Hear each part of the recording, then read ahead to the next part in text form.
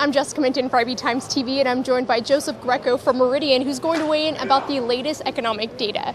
Joe, it's good to see you again. Thank you for joining me. Thanks for having me. So we saw earlier today that jobless claims ticked up a bit, but the 4-week moving average actually fell. However, a report came out a couple weeks ago that the number of Americans dropping out of the workforce is at a record high. What's the bigger issue here, that jobless claims are declining or that more people are dropping out and it's not necessarily being taken into those jobless claims numbers? Right, there's definitely a bit of a divergence there because of course you have the big headline that everybody looks at and says, oh, things are improving, there's less jobless claims than the last week.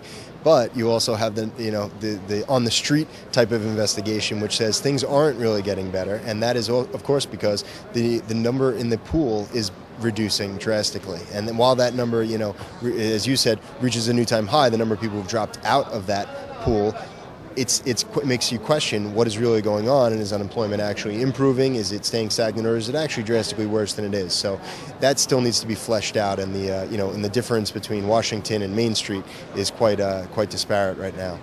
Manufacturing in the U.S. grew for March, and then we also saw existing home sales hit a 3-year high. If we can continue to see these kind of patterns, do you think the Fed will start discussing a change in monetary policy?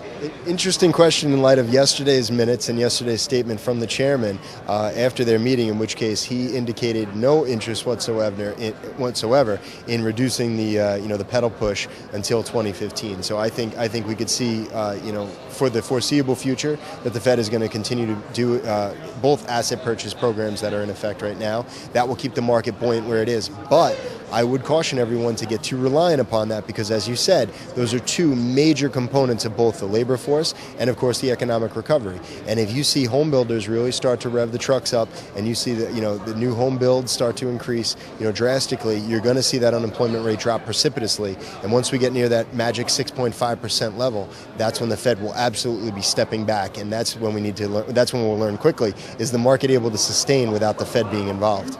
And finally, we did see China's PMI beat expectations, especially after their twin PMIs from a couple weeks ago missed. Do you think investors should be a bit more optimistic about the global economy now? Yeah, I think, for the most part, very intelligent people looked at that and breathed a little bit of a sigh of relief. Most people, the middle America, I don't think recognize what that really could have meant if that continued to be the trend and there was an actual, a real faltering of the economy over there in China.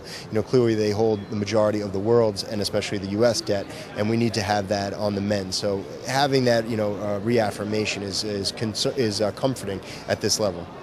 As always, thank you for joining me. It was good to see you. All right, thanks for having me.